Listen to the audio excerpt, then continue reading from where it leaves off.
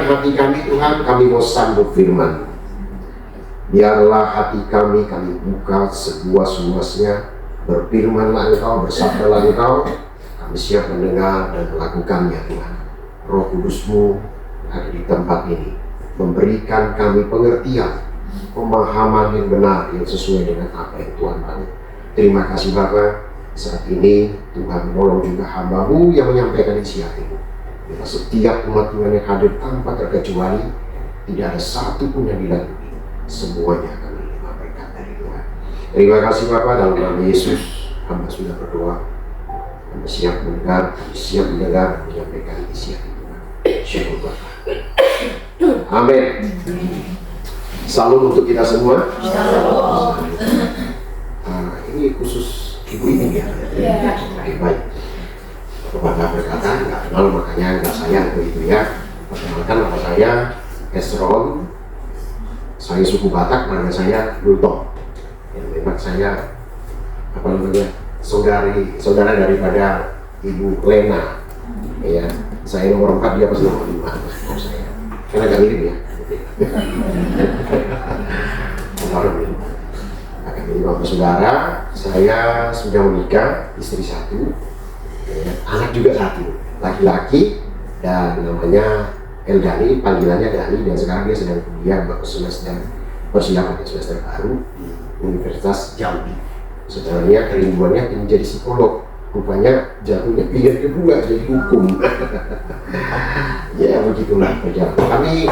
Sebelumnya di Pekanbaru, di kota Pekanbaru, kalau orang ke Pekanbaru, di Labu Baru, Labu Baru semua baru-baru ya.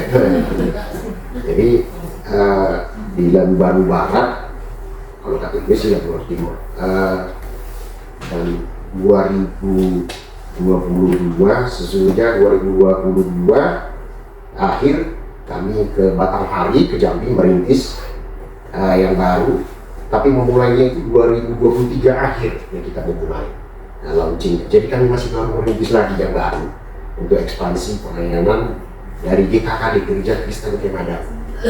Ya, katanya pusatnya ada di Kota Bandung. Iya, Kota Bandung GKKD. Ya, jadi kami baru merintis Bapak Ibu doakan terus. Saya Tuhan buka jalan, kami melayani di Kabupaten Batanghari, namanya Muara Bulian. Ya, bukan bullying ya, Bulian. Bulian itu kayunya itu cukup keras sekali. Jadi kayu itu karena dulu mungkin bisa banyak kayu bulian, jadi sangat cocok untuk kusir. Dan itu sangat bisa berpuluh-puluh tahun nggak dia nggak rusak karena air makin bagus katanya. Nah itu jadi nggak takut air. Baik, mungkin itu perkenalan saya Bapak Ibu yang saya kasihi. Kita akan lanjut terus karena saya hanya dikasih waktu cuma 30 menit. Kita akan lihat dari Yohanes 3 ayat 1-11 ya. Kita baca sama-sama ya. Oke, 1, 2, 3 ya. Ada seorang Farisi yang bernama Nikodemus, seorang pemimpin agama Yahudi. Dia datang kepada pemahaman dari Yesus dan berkata, "Rabi, kami tahu bahwa Engkau adalah sebagai guru yang salah, sebab tidak ada seorang pun yang dapat mengadakan tanda-tanda yang Engkau katakan itu jika Allah tidak menyertainya." Yesus menjawab kepadanya, "Aku berkata kepadamu, sesungguhnya jika seorang tidak dilahirkan kembali, dia tidak dapat melihat kerajaan Allah." Karena Nikodemus padanya, "Bagaimana mungkin seorang dilahirkan kalau dia sudah tua? Dapatkah ia kembali ke dalam rahim ibunya dan dilahirkan lagi?" Jawab Yesus, "Aku berkata kepadamu, sesungguhnya jika seorang tidak dilahirkan dari rahim Allah, dia tidak dapat masuk dalam kerajaan Allah." Oke, sampai situ saja. Nanti mungkin ayat berikutnya untuk menghemat waktu ini bisa mendukung daripada firman Tuhan yang saya sampaikan. Baik, untuk ibu-ibu yang saya kasihi, untuk satu tema kita adalah yaitu perubahan pola pikir, perubahan mindset. Begini Bapak Ibu, kenapa saya sampaikan ini? Mungkin firman Tuhan sudah familiar sekali ya. Ya, ini ayat-ayat penginjilan. Dulu saya ingat waktu saya baru bertobat, wah ini ayat-ayat yang familiar banget yang untuk disampaikan kepada banyak orang. Tetapi 2 tahun terakhir ini saya baru paham sekali dengan ayat ini betul Bapak Ibu. Nanti saya sedikit ceritakan, mudah-mudahan gak lewat waktunya. Jadi begini, saya mau sampaikan kenapa perubahan pola pikir, karena Nikodemus ini Dikatakan di ayat yang pertama tadi, dikatakan dia namanya seorang Farisi yang bernama Nikodemus, seorang pemimpin. Sudah Farisi, dia punya komunitas yang cukup terkenal, cukup disegani, itu komunitasnya. Dan dia juga seorang pemimpin agama jemaat. Banyak Bapak Ibu. Ya. Dan komunitasnya ini adalah komunitas yang berseberangan dengan Yesus. Dan komunitas inilah yang bertanggung jawab sesungguhnya yang menyalibkan Yesus. Bapak Ibu sudah.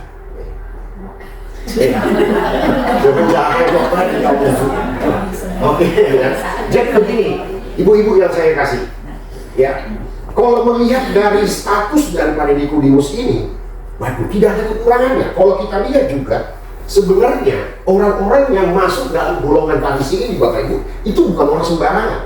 Harus orang-orang yang cerdas. Dari keturunan juga orang-orang yang sangat terkemuka. Ya, jadi ini cukup sangat disegani. Jadi yang saya mau sampaikan begini, Nikodemus ini ketika dia mungkin bisa saja dari apa yang dialaminya dengan apa yang diikutinya itu kadang tidak sesuai. Bapak Ibu, contoh ya, saya lebih akan banyak mencontohkan diri saya. Ya, saya pernah punya satu konsep, saya nggak tahu ibu-ibu yang ada di sini juga punya satu konsep. Dulu saya pernah mengikuti satu kelompok, satu komunitas yang saya pikir komunitas itu sudah hebat banget. Saya bahkan mengklaim di luar komunitas saya itu tidak ada kata-kata.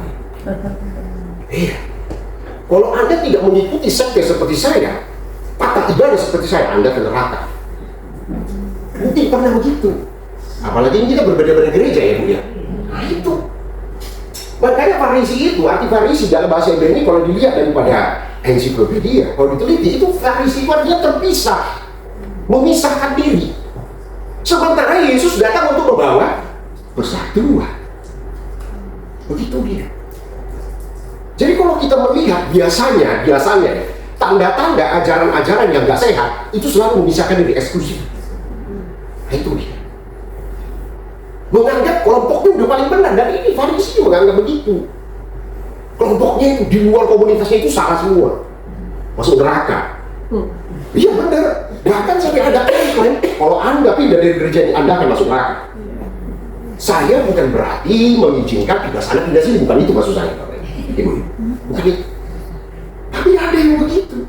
Justru saya sangat senang sekali ketika melihat bahwasanya komunitas di sini adalah komunitas berbagai-bagai gereja. Ya betul. Dan 2-3 tahun ini baru saya, jujur saya katakan, saya ini baru melihat itu, mata saya baru terbuka. Benar Bapak Ibu Saudara. Belasan tahun sampai 20 tahun saya terkungkung di dalam komunitas seperti ini. Makanya mudah-mudahan pulang dari tempat ini Bapak Ibu semakin lebih bersatu. Ibu-ibunya semakin lebih hebat lagi kesatuannya. Gak apa-apa mau latar belakang mana. Bahkan dulu mungkin ajaran-ajaran apalagi dari orang tua kita dulu ya. Kalau kenapa udah pola pikirnya udah salah, konsepnya udah salah, masuk sana udah merinding. Oh setan semua di sini. Padahal gimana setan itu di mana-mana. Bahkan di mall lebih banyak lagi setan. Iya kan? Pulang dari sana semua habis dompet. Dia diskon. Begitu ya, termakan diskon semua itu. Sehingga perindingnya semua berubah. Ya kan gitu. Ya. Jadi konsep itu sudah dari dulu, sudah mendarah daging.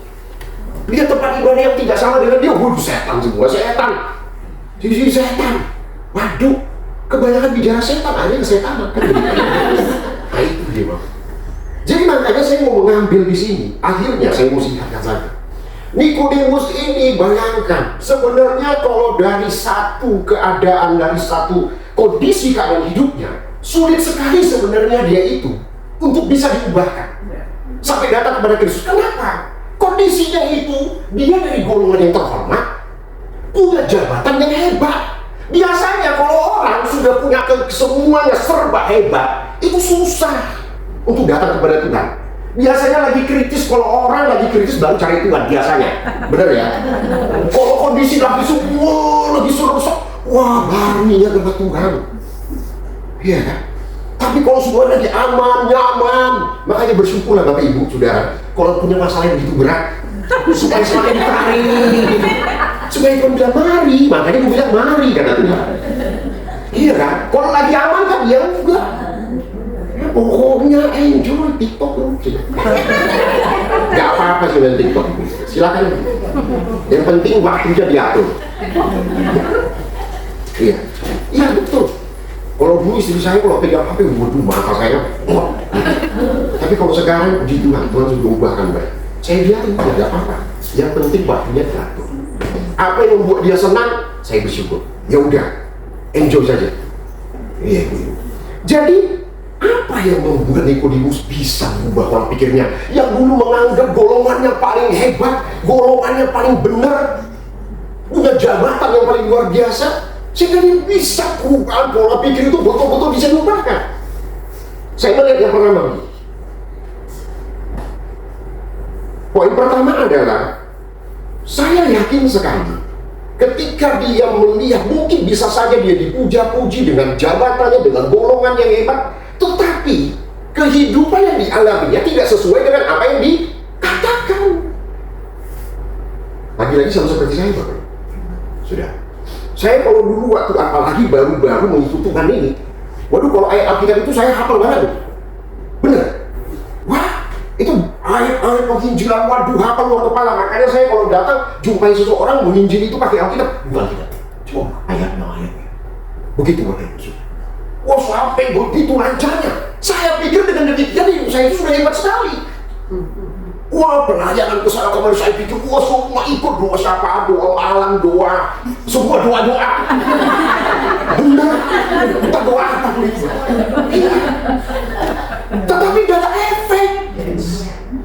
Waktu saya sedang diirit pikiran saya, iri hati dengan orang lain, dengki dengan orang lain, kesal dengan ini, bersaing dengan teman, iri hati lewat teman, gak ada, sama aja.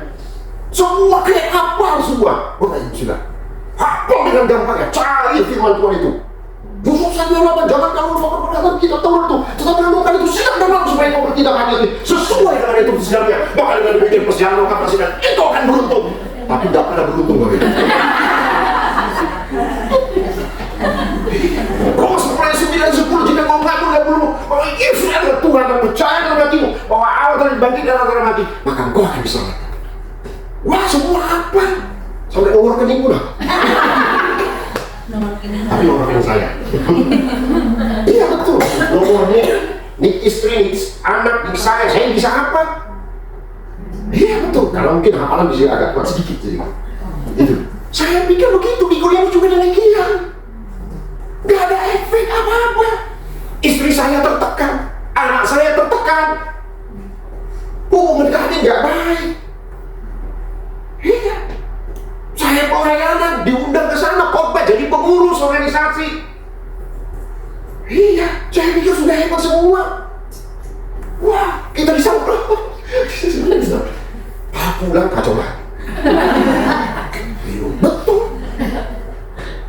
Iya, ibu-ibu.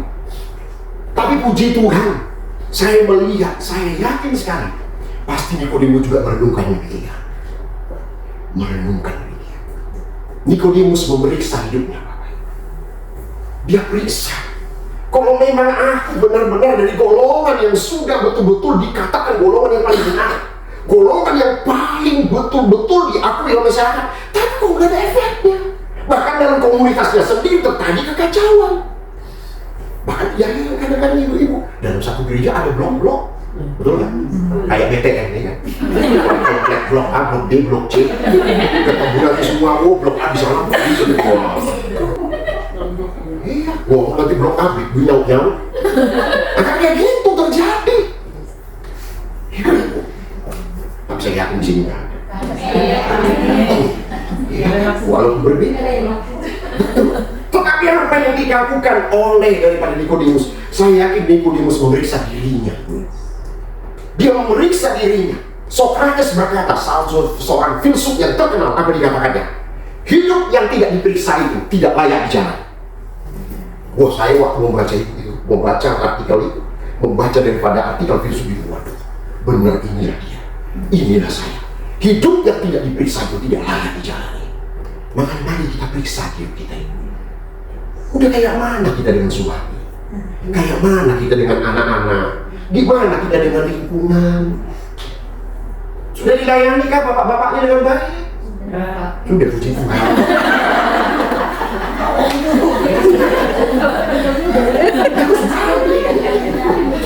Ya kan apa kata firman Tuhan, tanpa perkataan pun kakek suami bisa dimenangkan.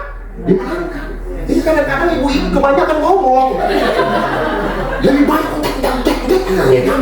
Jadi suaminya pusing di rumah. Lebih bagus layani dengan baik-baik dia, Bu. Iya, karena begitu coba kita periksa. Ya saya periksa itu saya ibu-ibu. Iya, saya di mana dengan istri saya? Aduh, saya periksa. Iya, saya periksa. Akhirnya saya berkata, saya minta ampun, minta maaf sama mereka. Saya panggil anak saya. Bayangkan anak saya belum sampai SMA. Iya, hubungan kami tidak baik. Akhirnya saya peluk dia. Waduh, memang kaku dia, saya peluk. Apa ini kan? Orang jarang dipeluk ya. Iya. Jadi istri saya ibu-ibu, tiap hari saya akan cium dia terus. Kalau apalagi belum siang turi kan.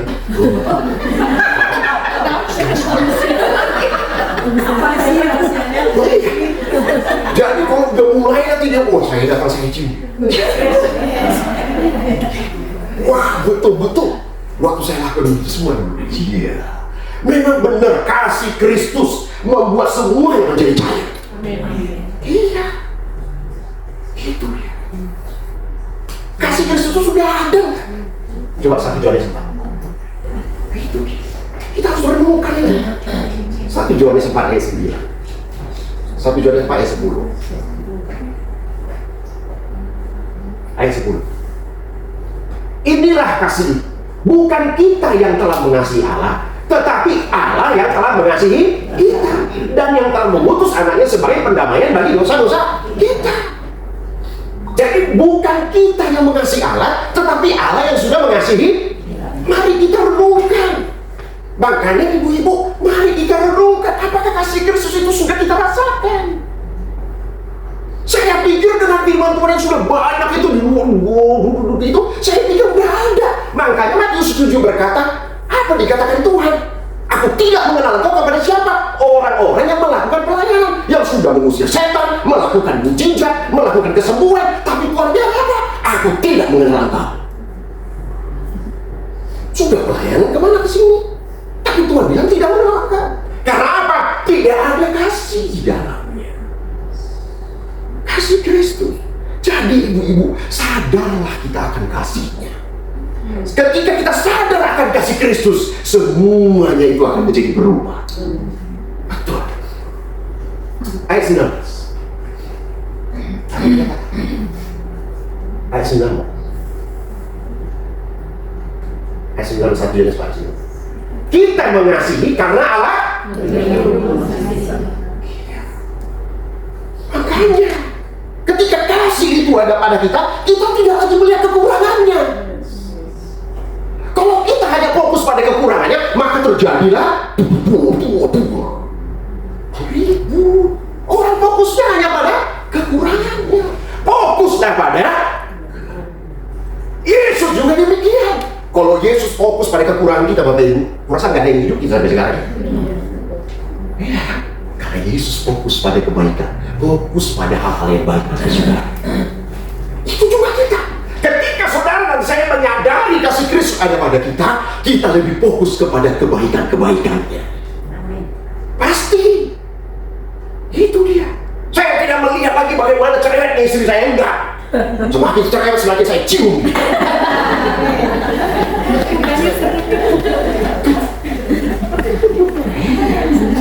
Saya peluk dia. Ya udah selesai. Betul. Hosea. Coba kita lihat Hosea 10. Hosea pasal 10 kalau tidak salah. Coba lihat.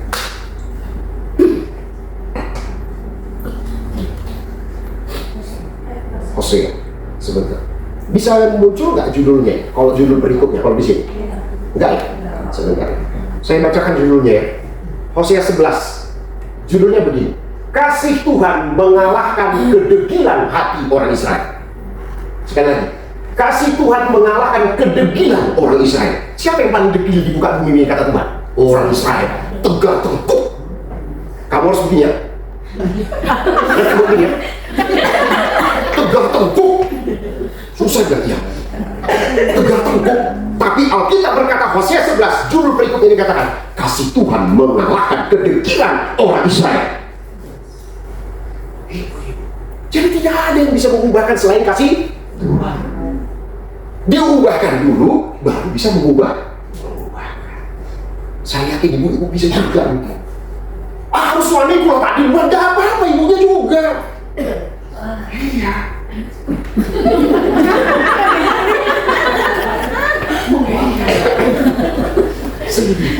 Mari kita periksa hidup kita. Mazmur 139 ayat 23-24. Mazmur 139 23-24.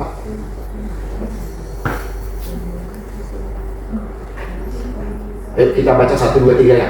Selidikilah hati Allah dan kenal hatimu, ujilah dan kenal pikiran-pikiranmu. Lihat apakah jalanku sehat dan tuntunlah aku di jalan yang benar. Lihat hatiku Tuhan, lihat hatiku Tuhan. Makanya masuk ke kamar dulu ibu-ibu. Kadang-kadang jujur ibu, kalau saya tidak melakukan ini, saya pikir saya yang paling benar dulu. Kalau saya melakukan doa pagi, saya akan melakukan doa pagi jam 4:30, jam 5 tiap hari baca Alkitab. Tapi andainya ketika saya melakukan itu, kalau orang tidak melakukan itu, saya melihat sini, nggak benar. Kerja saya menghakimi orang aja. Iya, karena dia nggak melakukan seperti yang saya lakukan, saya hakimi dia. Saya tidak benci, tidak suka sama dia. Itu kan nggak benar. Itu bukan dari Tuhan, itu bukan kasih Kristus, itulah saya. Dulunya. Makanya saya bilang, saya ini pendeta baru bertobat, Pak. Tapi nggak apa-apa diundang ya. Aduh, kita selidiki. Biar kasih itu ada pada kita. Kasih pasti mengubahkan ibu. Kedegilan hati orang Israel aja bisa dikalahkan. Apalagi siapa yang paling keras? Ada. Jangan katakan anakku itu susah kali Pak, keras kali. Suamiku itu keras kayak batu. Kasih Kristus bisa mengubahkan itu semua. Percayalah ibu.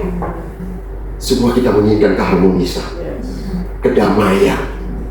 Iya, yang kedua, apa yang dilakukan oleh Nikodemus? Saya melihat dari ibu ayat yang kedua, Yohanes 3 yang kedua. Yohanes 3 yang kedua. Dia datang pada waktu malam kepada Yesus dan berkata, apa katanya kepada Yesus? Bayangkan, seorang pemimpin agama Yahudi dari kelompok yang sangat disegani. Dia ngomong sama Yesus yang mereka klaim anak tukang kayu, orang yang tidak punya pendidikan, tapi dia bilang Rabi. Apa nih Rabi? Guru. Bayangkan ya, rendah hati banget ya. Ngomong yang manggil Yesus Rabi. Iya, dia bilang Yesus itu rabinya, guru. Iya. Ibu-ibu yang dikasih Tuhan, mari sikap rendah hati ini perlu sekali. Kalau bilang kalau nggak tahu, bilang nggak tahu lah. Iya kan? Jangan sok tahu. Kayak di kampung kami namanya ada warung, namanya warung pertahu-tahu. Sok tahu semua. Oh nanti bulan depan ada begini. Oh nanti Indonesia ini begini. Sok tahu. Jadi dikasih gelar ya pertahu-tahu. Orang yang sok tahu katanya itu bahasa Indonesia. Iya ibu-ibu. Mari kalau makanya rendah hati. Kalau engkau seperti saya mengalaminya, mungkin mengalami seperti yang saya alami tadi. Mungkin kita sudah punya, tapi orangnya belum. Kenapa seperti ini? Rendah hatilah. Datang kepada pemimpin rohanimu. Mungkin ada oleh semua teman sahabatmu yang sudah engkau anggap sebagai guru rohanimu. Mari bersama-sama sharing seperti apa. Betul ibu-ibu? Itu jauh lebih baik daripada mempertahankan kita menutupi terus kira-kira siapa? Oh baik. Udah tuh.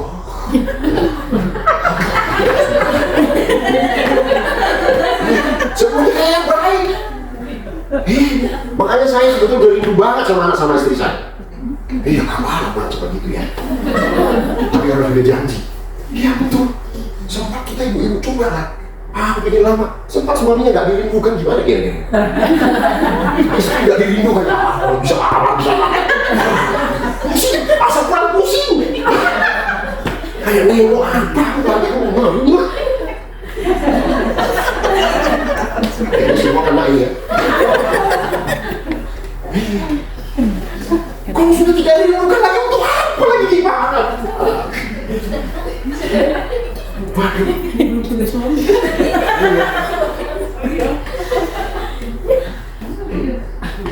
Gitu. Ya, jadi mari ibu-ibu, mari kita rendah hati. Ya. Apalagi di saya umurnya 51 Bapak Ibu-ibu ya. Jadi sekarang ini apalagi di masakan ini, waduh, kami saya sama istri sering terus ngomong tiap kali di tempat ibu, ngobrol sampai larut terus kayak sahabat terus gitu ya. Ngobrol. Iya harus gitu. Supaya cepat pikun. Iya. Maka cobalah satu di kamar satu saya mesti pikun. Berhapi. Maka ya. Kamu yang cepat pikun ya. Kan ada komunikasi. Ya kan? Jadikan selagi dia masih hidup, berkomunikasilah sebanyak-banyaknya. Iya. Iya kan? Ya kan nanti sudah pergi kan gak ada lagi. Aku mau cari yang lain. Iya, jadi mari rendah hati seperti Nikodemus ini. Kalau ada hal-hal yang belum terpahami, hal-hal yang mungkin ada, mari cari, salurkan, bertanya kalau memang nggak ngerti. Jangan merasa sok tahu. Ya, seperti Nikodemus, bayangkan Nikodemus ini. Makanya saya terus mencari ibu. Saya mencari Tuhan, bukalah jalan. Tuhan tuntunlah seperti apa sebenarnya Tuhan. Ya, jujur ibu. Yang terakhir. Yang ketiga, ayat 4, coba kita lihat.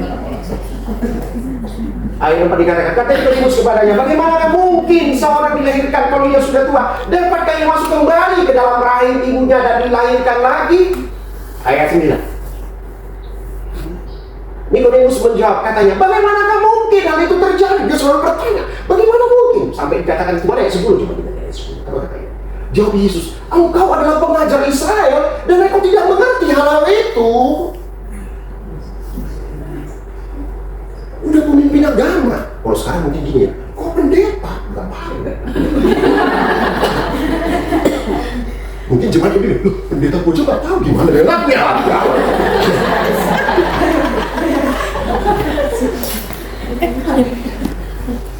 Kira-kira gitu. Jadi apa yang kita lihat dengan pertanyaan seorang pembimbing, seorang guru besar, seorang yang punya komunitas, yang kelompok yang sangat disegani, tapi dia berkata, bagaimana mungkin? Kira-kira dia berkata demikian, ibu-ibu. Gimana caranya? Gimana caranya, Rabi? Berarti dengan kata lain, saya melihat, memang Nikodemus adalah orang yang suka belajar. Mari ibu-ibu belajar selagi masih muda. Ada di sini yang masih 20-an? Ada ya? Ada ya? 30-an? Banyak. Ya, masih banyak. Perang mata ya? Wah, cobalah belajar. Mari belajar. Memang kalau kita nggak belajar, kadang-kadang mau jadi kurang ajar. Katanya. Iya memang harus belajar, Ibu. Mari pergunakan. Sekarang ini sudah banyak. Ada semua di YouTube kita lihat sumber resources yang baik, yang positif begitu ya. Mari kita belajar. Pergunakan waktu, pergunakan kesempatan. Seperti kata lagu, hidup ini adalah kesempatan. Belajar terus belajar. Ada waktu pakai untuk belajar. Bekali dirimu. Ibu-ibu, apalagi di akhir zaman ini katanya penyesat itu sudah semakin berkeluaran. Kalau kita tidak punya benteng, kalau kita tidak punya pemahaman yang benar, maka kita akan disesatkan. Mari belajar terus belajar, ibu-ibu. Dan saya mau katakan juga, anak-anak yang dipercayakan Tuhan kepada kita, siapa dari mana pertama sekali mereka mendapatkan pengetahuan tentang Tuhan? Dari orang tuanya. Jangan sempat dia dapat dari orang lain yang tidak tepat. Kalau kita tidak memulainya, kalau kita nggak belajar mulai dari sekarang, kita membekali diri ibu-ibu, dan kita memberikan satu konsep yang benar kepada mereka, siapa lagi? Jangan sampai orang lain yang memuridkan mereka. Mari kita yang memuridkan anak-anak kita. Kita kasih ajaran yang benar. Ibu, dia mau belajar. Dia mau belajar. walaupun dia sudah sangat begitu luar biasa dengan ayat iman. 3 lagi saya yakin ini cukup bisa menguatkan kita, sudah sangat cukup untuk membekali kita ibu-ibu. Itu sebabnya orang pikir mindset yang lama, mari kita buang semua, kita pakai.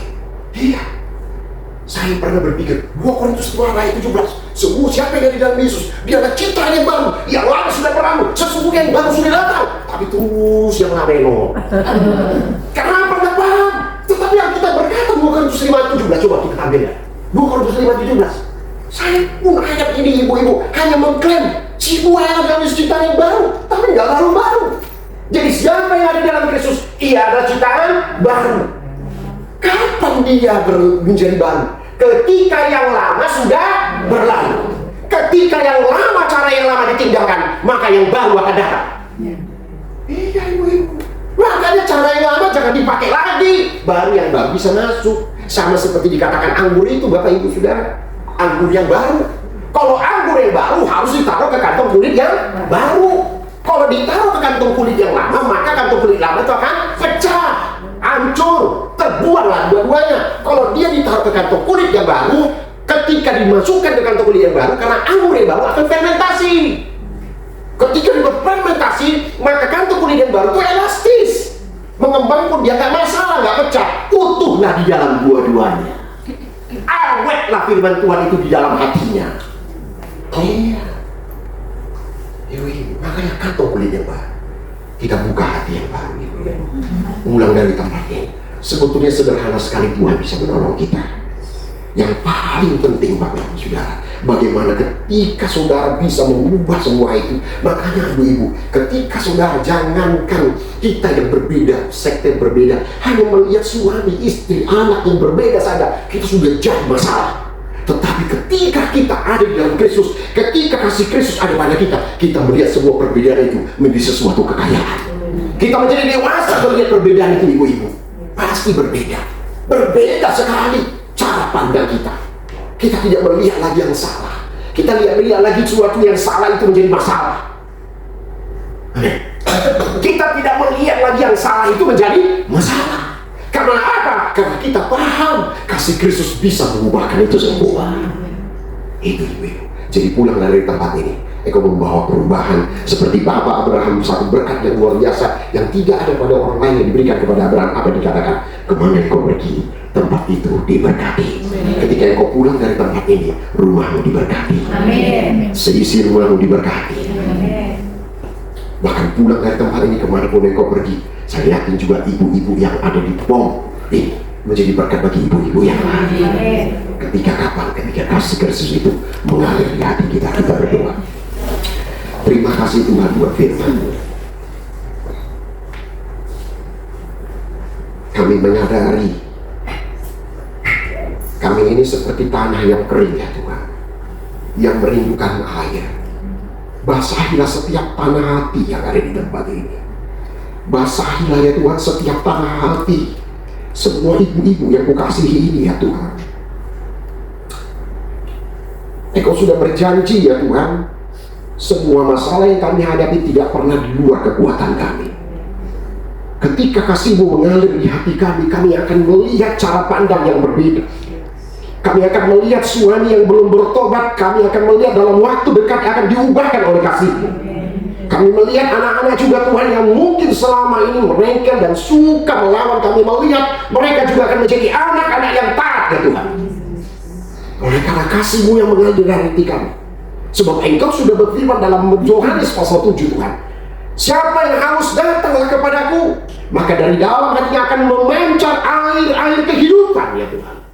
Biarlah memancar air-air kehidupan, kasih-kasih Kristus dari kehidupan kami mengalir kepada seisi rumah kami, mengalir kepada orang-orang yang kami jumpai, sehingga mereka juga merasakan hal yang sama. Khususnya juga ibu-ibu yang ada di pom ini ya Tuhan. Hamba-Mu percaya Tuhan lewat firman-Mu hari ini, mereka akan pulang membawa satu perubahan yang luar biasa, membawa berkat yang luar biasa. Terima kasih Tuhan. Kalaupun ada konflik-konflik yang selama ini mungkin seperti Tuhan jatuh ke lubang yang sama, jatuh ke lubang yang sama, aku percaya sampai di sini lah itu ya Tuhan. Lewat firman-Mu hari ini sampai di sini semua, mereka akan melihat ada satu pencerahan, ada satu kedamaian dalam rumah tangga mereka ya Tuhan. Hamba-Mu juga akan melihat anak-anak mereka akan merasakan kasih Tuhan yang besar dalam kehidupan mereka. Terima kasih Tuhan. Terima kasih Tuhan. Diberkatilah seluruh ibu-ibu yang ada di pom ini. Semua pengurus juga Tuhan, hamba-Mu berkati. Terima kasih Bapa, di dalam nama Yesus sudah berdoa. Syukur Tuhan. Amin. Saya serahkan.